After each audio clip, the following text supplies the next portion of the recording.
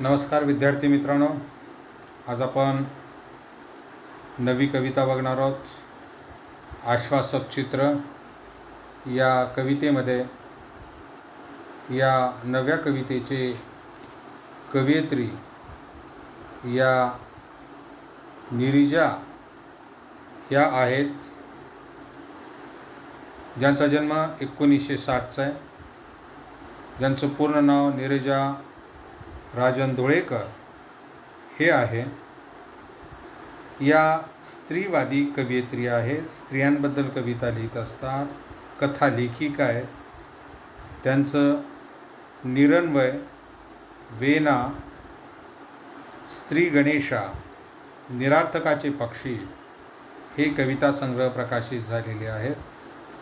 कथासंग्रहामध्ये जर बघायला गेलं तर जे दर्पणी बिंबले, ओल हरवलेली माती हे त्यांचे कथासंग्रह प्रकाशित झालेले आहेत. त्यांच्या या कथा आणि कविता संग्रहाबद्दल महाराष्ट्र सरकारचे काही नावाजलेले प्रतिष्ठेचे असे मानाचे सन्मानाचे असे पुरस्कार त्यांच्या साहित्याला प्राप्त झालेले आहेत. यामध्ये कवी केशवसूत, इंदिरा संत आणि भैरूरतन दमानी हे साहित्यातले मानाचे पुरस्कार त्या साहित्यिकाच्या नावाचे त्यांना प्राप्त झालेले आहेत. ही जी कविता आहे, या कवितेमध्ये कवयित्रीने स्त्री पुरुष समानतेचं एक आश्वासक चित्र या कवितेमध्ये रेखाटलेलं आहे. आपल्याला माहीत आहे, आपली व्यवस्था ही पुरुष प्रधान व्यवस्था आहे. या पुरुष प्रधान व्यवस्थेमध्ये स्त्रियांचं स्थान हे दुय्यम आहे. तिचं वेगवेगळ्या पद्धतीनं शोषण केलं जातं. पूर्वीही होतं, आजही आहे. आजसुद्धा शोषण वेगळ्या पद्धतीनं केलं जातं आहे, वेगळ्या स्वरूपामध्ये आहे. आणि हे दाखवण्याचं काम कवयित्री नीरजा यांनी केलेलं आहे. त्याचबरोबर स्त्रीला माणूस पण किती महत्त्वाचा आहे, माणूस म्हणून तिचा विचार केला पाहिजे, हे या ठिकाणी मांडण्याचं काम त्यांनी केलेलं आहे. हे त्यांच्या कवितेची महत्त्वाची वैशिष्ट्ये आहेत. आता ही जी कविता आहे, या कवितेमध्ये कवयित्रीने स्त्री पुरुष समानता एक आश्वासक चित्र या ठिकाणी मांडण्याचा प्रयत्न केलेला आहे. आता आश्वासक म्हणजे काय, तर आश्वासक म्हणजे विश्वासार्ह, उत्साहवर्धक किंवा प्रोत्साहक चित्र, अशा पद्धतीचं चित्र या ठिकाणी मांडलेलं आहे. आता हे जे चित्र आहे, हे चित्र उत्साहवर्धक आहे. आज जरी खरं नाही ठरलं तर उद्या कदाचित भविष्यामध्ये हे चित्र खरं ठरेल, प्रत्यक्षात उतरेल, अशी आशा कवयित्रीने या ठिकाणी व्यक्त केलेली आहे. त्याचबरोबर कवयित्रीचा आशावाद दृष्टिकोन कवितेतनं व्यक्त झालेला आहे. भूतकाळापासून स्त्री आणि पुरुष यांच्यामध्ये खूप मोठी दरी आहे, असमानतेची दरी आहे. उद्या ती नष्ट होईल भविष्यकाळामध्ये, अशी कवयित्रीला या ठिकाणी आशा वाटते. आणि या ठिकाणी ही कविता, या ठिकाणी जे चित्र आहे, या चित्रावरूनच आपल्याला बघता येईल पहा की या चित्रामध्ये मुलगा आणि मुलगी आणि आडोशाला त्या ठिकाणी खिडकीच्या बाजूला उभा राहिलेली कवयित्री, आणि ते सगळं काही बघते त्या दोघांचं. ती मुलीच्या जवळ खेळण्यातल्या वस्तू आहेत आणि मुलांजवळ वर चेंडू तो वर उडवतो आहे. यावरनं आपणाला असमानता या ठिकाणी जाणवते आणि या असमानतेचं चित्र कवयित्रीने या ठिकाणी केलेलं आहे. पहिल्यांदा ही कविता आपण बघूया आणि त्यानंतर या कवितेची माहिती आपण घेऊया. पहा, तापलेल्या उन्हाच्या आडोशाला बसून खेळते आहे एक मुलगी केव्हाची. मी पाहत राहते तिला माझ्या घराच्या झरोक्यातून. ती मांडीवर घेते बाहुलीला, एका हातानं थोपटत तिला चढवते आधन भाताचं. भातूक लिचल्या इवल्याशा गॅसवर. बाजूला खेळतो आहे मुलगा हातात चेंडू घेऊन. खूप उंच उडवून चेंडू नेमका झेलतो तो हातात. मुलगी पाहत राहते कौतुकानं त्याच्याकडे.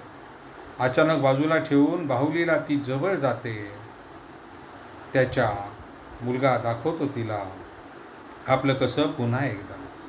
मुलगी चेंडू मागते त्याच्याकडं. तेव्हा तो हसून म्हणतो, तू भाजी बनव छानपैकी पाल्याची. ती म्हणते, मी दोन्हीही करू शकते एकाच वेळी. तू करशील. मुलगा देतो चेंडू तिच्या हातात. उंच उडवलेला चेंडू आभाळाला शिवून नेमका येऊन पडतो तिच्या उंजळीत. मुलगा पाहत राहतो आश्चर्यचकित. तशी हसून म्हणते ती, आता तू? मांडी घालून मुलगा बसतो गॅस समोर. दोन्ही हातांनी थोपटो झोपवतो बाहुलीला प्रथम. मग शोधतो पातेलं भाजीसाठी. हळूहळू शिकेल तोही आपलं कसं दाखवतानाच. घर सांभाळणं तापलेल्या उन्हाच्या आडोशाला बसून. माझ्या घराच्या झरोक्यातून दिसतं आहे एक आश्वासक चित्र उद्याच्या जगाचं, जिथं खेळले जातील सारेच खेळ एकत्र. भातुकलीतून प्रवेशताना वास्तवात. हातात हात असेल दोघांच्याही, ज्यावर सहज विसावेल बाहुली आणि चेंडू जोडीनं. ही कविता आपण या ठिकाणी बघत आहोत. आपण पहिल्यांदा या कवितेच्या 4 ओळी बघूया. तापलेल्या उन्हाच्या आडोशाला बसून खेळते आहे एक मुलगी केव्हाची. मी पाहत राहते तिला माझ्या घराच्या झरोक्यातून. ती मांडीवर घेते बाहुलीला, एका हातानं थोपटत तिला चढवते आदन भाताचं भातुकलीतल्या इवल्याशा गॅसवर. पहा, या ठिकाणी आडोसा म्हणजे काय? आश्रय. झरोका. झरोका म्हणजे खिडकी. इवल्याशा म्हणजे चिमुकल्या छोट्याशा. गॅसवर म्हणजे गॅसच्या चुलीवर. आणि मग या ठिकाणी आपण पाहतोय की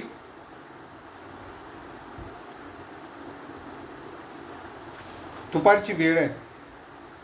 दुपारच्या तापलेल्या उन्हाच्या आडोशाला खिडकीला बसून, सावलीत बसून एक मुलगा आणि एक मुलगी या ठिकाणी एक खेळ खेळत आहेत. या सावलीमध्ये बसून एक लहान मुलगी भातुकलीचा खेळ खेळतीये. आता भातुकलीचा खेळ म्हणजे काय? तर खेळण्यातला खोटा खोटा खेळ जो असतो त्याला आपण भातुकलीचा खेळ म्हणतो. लहान मुलांचा खोटा खोटा संसाराचा खेळ, लुटुपुटीचा खेळ. आणि हा खेळ ही मुलगी या ठिकाणी खेळत असते. आणि हे खेळत असताना हे दृश्य कवयित्री आपल्या घराच्या झरोक्यातून बघत असते. ती मुलगी मांडीवर बाहुलीला घेते आणि एकटीच त्या भातुकलीच्या खेळामध्ये ती दंग झालेली आहे. आणि एका हातानं आपल्या त्या बाहुलीला थापटते, तिला निजवते, थोपटते. आणि दुसऱ्या बाजूला भात शिजवण्यासाठी चिमुकल्या गॅसवर, भातुकलीच्या खेळातला खोट्या खोट्या संसारातला हे जो काही गॅस आहे, या गॅसवर ती आधन चढवते. आधन चढवणं म्हणजे भात शिजवण्यासाठी आधी तापवायला ठेवलेलं पाणी ती तापवायला ठेवते. आणि बाजूला एक मुलगा चेंडू घेऊन तो उंच उडून पुन्हा नेमका हातात झेलण्याचा तो खेळ खेळत असतो. ज्या पद्धतीनं बाळाला आई मांडीवर घेऊन निजवत असते, तशी ती मुलगी या बाहुलीला घेऊन थापटत असते. आणि आदनाचं पातेलं चिमुकल्या गॅसवर तिचा तो लुटुपुटीचा संसार तिचा सुरू असतो. आणि हे सगळं सुरू असताना बाजूला मुलगा हा या ठिकाणी उंच आकाशामध्ये चेंडू उडवून या ठिकाणी तो नेमका झेलत असतो. आता पहा, या ठिकाणी कवयित्री या ठिकाणी सांगतायत की माझ्या घराच्या झरोक्यातून दिसत आहे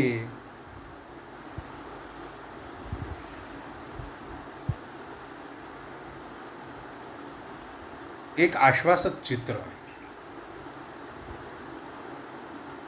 आता या कवितेमध्ये कवयित्रीने सांगितलेलं आहे की हा मुलगा चेंडू हातामध्ये घेऊन उंच उडवत आहे आणि नेमका झेलत आहे. मुलगी पाहत राहते कौतुकानं त्याच्याकडे. अचानक बाजूला ठेवून बाहुलीला ती जवळ जाते. त्याच्या मुलगा दाखवतो तिला आपलं कसं पुन्हा एकदा. मुलगी चेंडू मागते त्याच्याकडं, तेव्हा तो हसून म्हणतो, तू भाजी बनव छानपैकी पाल्याची. ती म्हणते, मी दोन्हीही करू शकते एकाच वेळी. तू करशील? मुलगा देतो चेंडू तिच्या हातात. आता या ठिकाणी कसब म्हणजे काय तर कौशल्य, कुशलता. पाल्याची भाजी म्हणजे पालेभाजी, आणि शिवून म्हणजे स्पर्श करून. तर या ठिकाणी ती मुलगी त्या मुलाचा चेंडूचा खेळ कौतुकाने पाहते. अचानक मांडीवरची बाहुली बाजूला ठेवून ती त्या मुलाजवळ जाते. मुलगा पुन्हा एकदा चेंडू उंच उडवून झेलण्याचं कौशल्य तिला दाखवत असतो. मुलगी त्याच्याकडे चेंडू मागते. मुलाला वाटतं या मुलीला माझा चेंडू खेळ जमणार नाही, हा चेंडूचा खेळ हा पुरुषांचा खेळ आहे, मुलींना काय जमणार. तेव्हा हसून तो तिला म्हणतो, तू छानपैकी पालेभाजी बनव, म्हणजे भातुकलीच्या खेळामधली भाजी करणं हेच काम तुझं आहे, तुला पुरुषी काम जमणार नाहीत, असं तो त्या मुलीला हिणवत असतो. मुलगी त्याला म्हणत असते की एकाच वेळी मी हे दोन्हीही करू शकते, मी भाजीही बनवू शकते, घरातला संसारसुद्धा सांभाळू शकते, आणि पुरुषांचे खेळ म्हणजे पुरुषांची जी कर्तबगारी, जिथं आता पुरुषांची मक्तेदारी आहे की शिक्षण शिकणं, नोकरी करणं, हे पुरुषांची मक्तेदारी समजलं जातं, आणि तेही काम मी करू शकते, असं तिला इथं म्हणायचं आहे. परंतु तू मुलगा आहेस, तू पुरुषांची कामं करतोस, घरातली स्त्रियांची कामं करशील का? आणि मग असा प्रश्न ती त्याला विचारत असते. मुलगा स्वतःचे चेंडू तिच्या हातामध्ये देतो, आणि अशा पद्धतीनं या ठिकाणी कवयित्री या ठिकाणी सांगतायत की मी दोन्ही करू शकते एकाच वेळी, तू करशील का?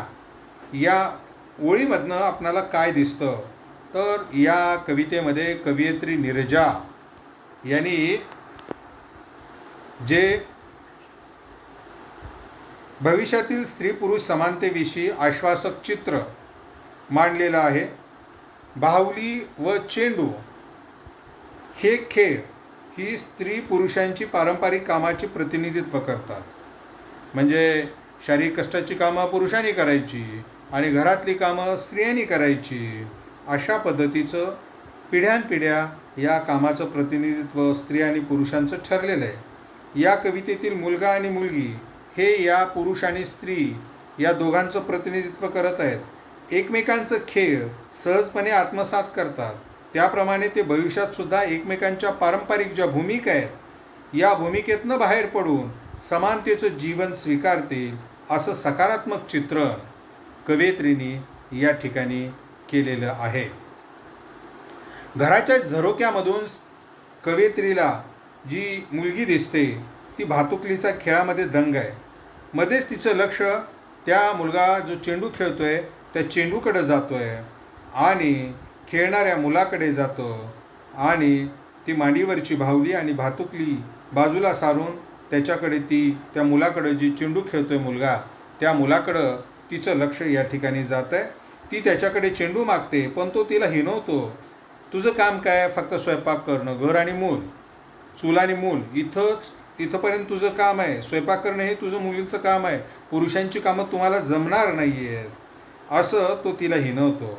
परंतु पूर्ण आत्मविश्वास असणारी आजची ही स्त्री, जिच्यामध्ये पूर्ण आत्मविश्वास ठासून भरलेला आहे, आणि ती आजच्या काळामध्ये चूल आणि मूल ही सांभाळते, आणि पुरुषांची नोकरी व्यवसायाची कामंसुद्धा तितक्याच समर्थपणे ती चालवते. घरामध्ये चांगली गृहिणी बनण्याचं काम ती करते, आणि देशाची आयर्न लेडी म्हणजे पंतप्रधान, एक सक्षम पंतप्रधान म्हणून इंदिरा गांधी यांचं नाव जर आपण घेतलं तर निश्चितपणे आज स्त्रिया त्याही क्षेत्रामध्ये मोठ्या प्रमाणावर पुढे आहेत. आज मोठमोठ्या पदावर स्त्री आहेत. मग ते सैन्यामध्ये असो, सायंटिस्ट असो, डॉक्टर असो, वैद्यकीय असो, प्रशासकीय सेवेत असो, आणि त्याचबरोबर ते आपल्या कुटुंबाकडे बिलकुलसुद्धा दुर्लक्ष करत नाही आहेत. आणि म्हणून ती म्हणते की मला दोन्ही कामं जमतील, चेंडू उडवणंही जमेल आणि घर सांभाळणंही जमेल. परंतु तुला हे जमेल का? तू हे दोन्ही कामं करू शकशील का?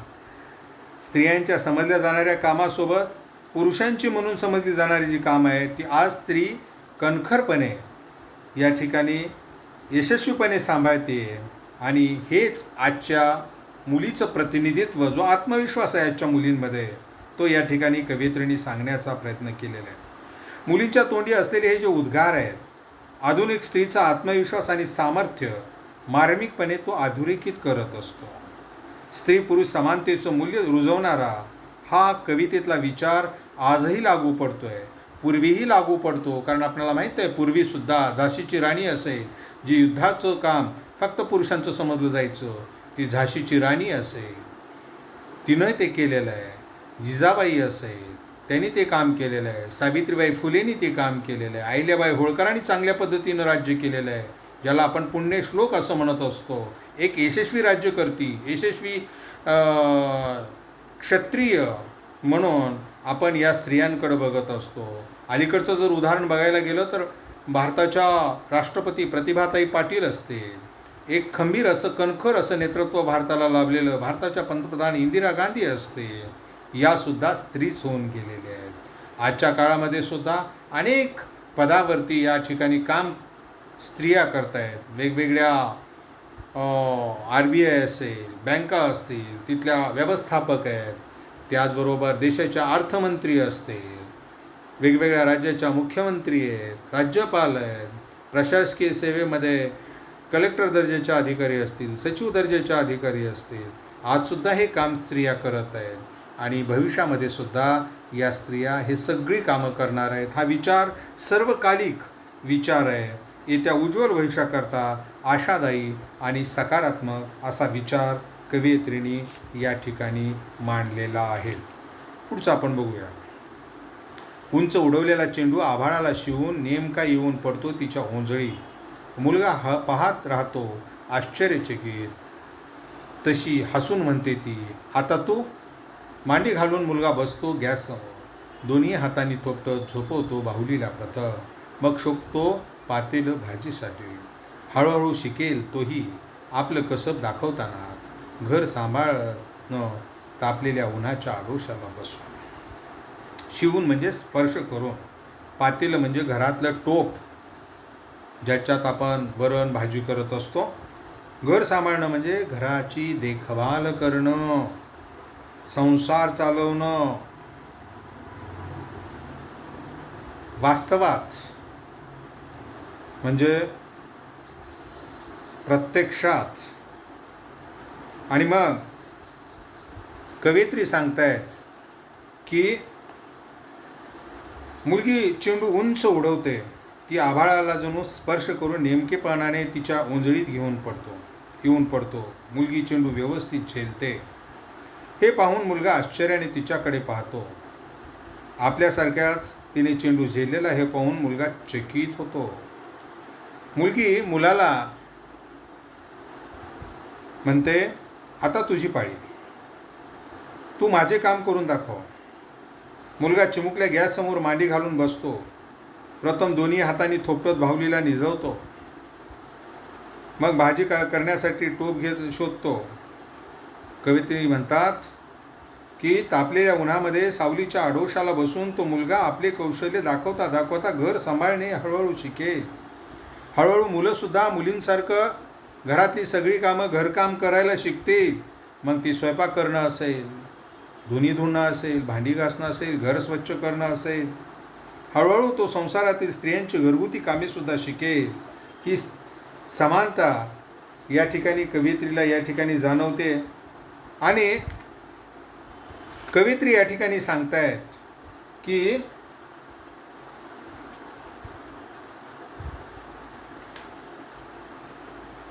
या ठिकाणी कवयित्री सांगतायत भूतकाळामध्ये असमानतेची दरी वर्तमानात हळूहळू नष्ट होईल, भविष्यकाळातील ती पूर्ण नष्टच होऊन जाईल. आणि स्त्री पुरुष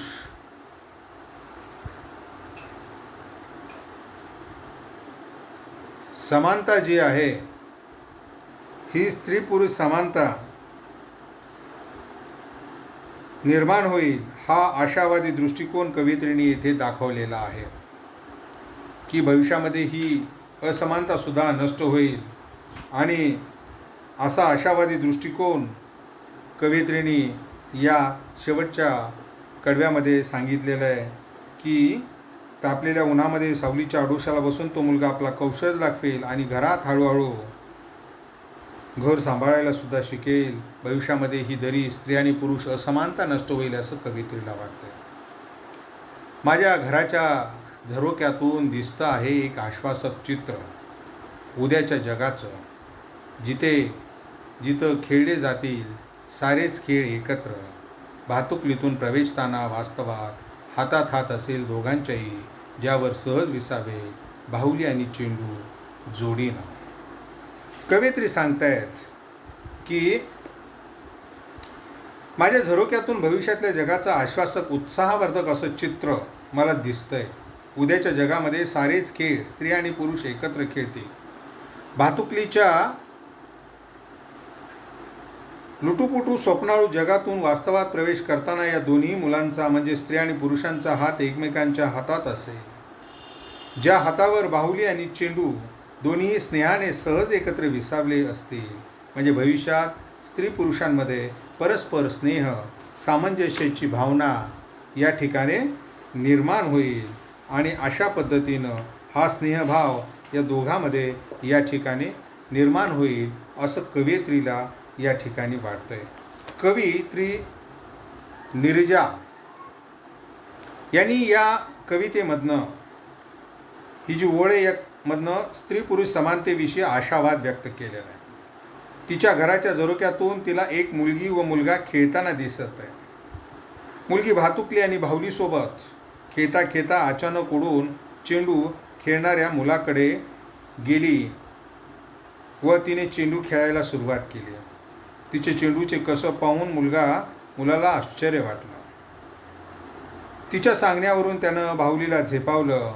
भातुकलीत रमला.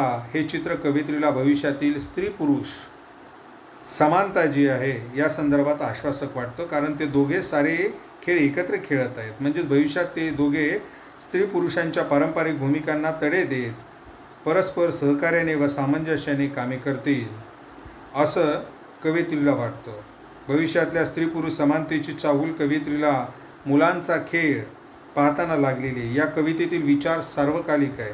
या काव्यपंक्ती स्त्री पुरुष समानता याचं मूल्य सकारात्मक आणि आशादायी विचार कवयित्रींनी या ठिकाणी मांडलेले आहेत. तर या कवितेमध्ये कवयित्री सांगतायत भातुकलीतून प्रवेश करताना वास्तवात हातात हात असेल दोघांचे. यामध्ये कवयित्रीला सांगायचे भातुकली बाजूला सारून तथाकथित पुरुषी खेळ म्हणजे चेंडू खेळते आणि मुलगा चेंडू मुलीकडे देऊन स्त्रियांचा समजला जाणारा भातुकली खेळ खेळू लागतो. या प्रसंगातून कवयित्रीला आशा वाटते की लहान मुलं भविष्यात मोठी होऊन या पारंपरिक भूमिकेतून बाहेर पडून परस्पर सामंजस्य सहकार्याने जीवन जगतील, ज्यामुळे आजच्या पुरुषप्रधान संस्कृतीतील स्त्री पुरुषातील भेदाभेद नष्ट होतील. खऱ्या अर्थानं स्त्री व पुरुषातील भेदाभेद नष्ट होतील. खऱ्या अर्थानं स्त्री आणि पुरुषातील दरी मिटून जाईल. ज्या सहजतेने ही मुले एकमेकांचे खेळ खेळतात त्या सहजतेने ही मुलं उद्या मोठी झाल्यावर प्रत्यक्ष जीवनात एकमेकांची कामे करतील व दोघे मिळून सर्व जबाबदाऱ्या उचलतील. याची कवयित्रीला खात्री आहे. आधुनिक जी स्त्री आहे या आधुनिक स्त्रीचा स्वकर्तृत्वावरचा विश्वास, आव्हान पेलण्याची तिची तयारी, तसंच स्त्रीची क्षमता पाहून स्वतःची मानसिकता व त्यानुसार वर्तणूकही बदलणारा पुरुष हे या ओळीतून कवयित्रीने आपल्या डोळ्यासमोर ठेवलेलं आहे. भविष्यामध्ये स्त्री पुरुष समानतेचं आश्वासक चित्र प्रत्यक्षात साकार होईल हा सार्वकालिक विचार येथे मांडला आहे. संपूर्ण कविता या स्त्री पुरुष समानतेच्या मूल्याविषयी बोलते. मुक्त छंदातील ही काव्यपंक्ती कवयित्रीच्या साध्या संवादात्मक भाषाशैलीमुळं चिंतनशील विचार आपल्यापुढे सहज मांडून जाते.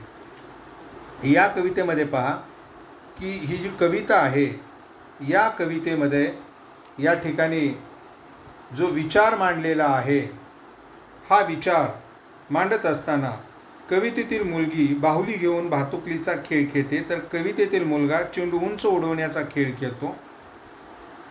मुलाला मुलीच्या खेळाचे कौतुक वाटून तीही त्याच्याकडे चेंडू खेळण्याकरिता मागते, पण मुलगा तिला स्वयंपाक कर असे सुचवतो. या प्रसंगावरून मुलगी ही समाजात दुय्यम स्थान मिळवणाऱ्या घटकाचं म्हणजे स्त्रियाचं प्रतिनिधित्व करते, तर मुलगा हा पुरुषप्रधान मानसिकतेचं प्रतिनिधित्व करतो, हे या ठिकाणी दिसून येतं.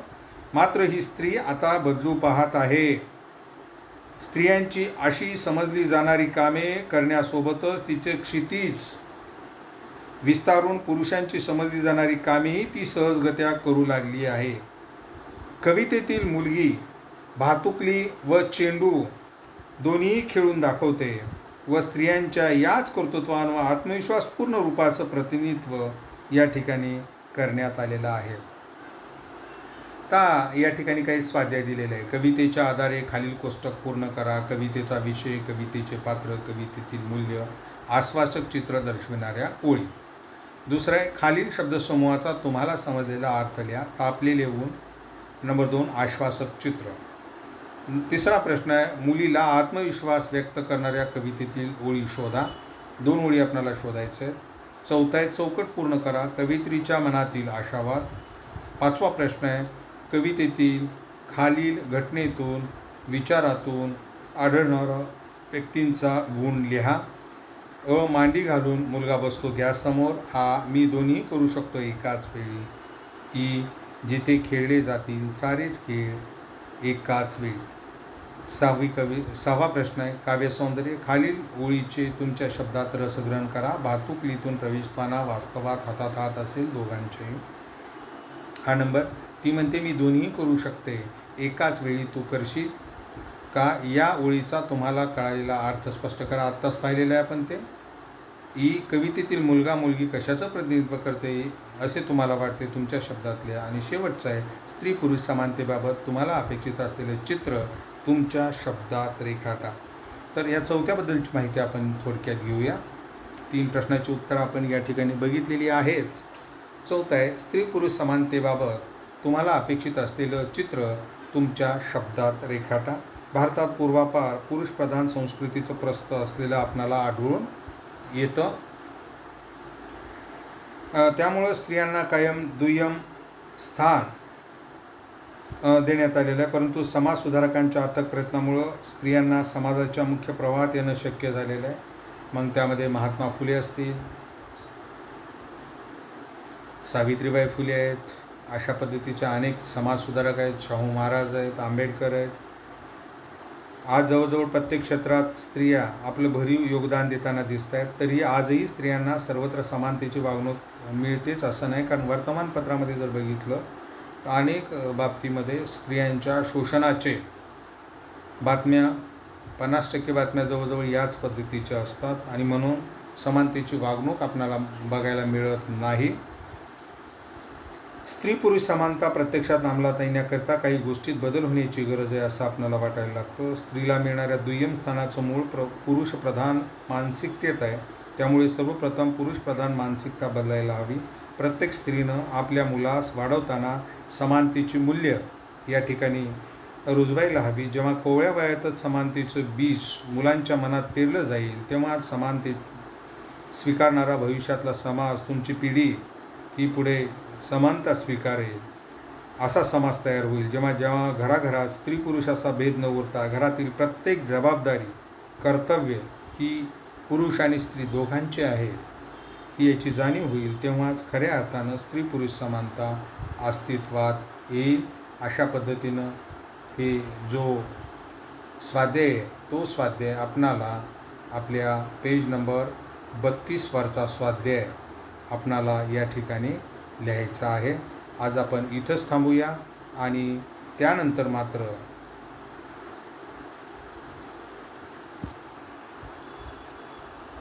उद्या आपण नवीन आप्पाचं पत्र याबद्दलची माहिती या ठिकाणी बघणार आहोत.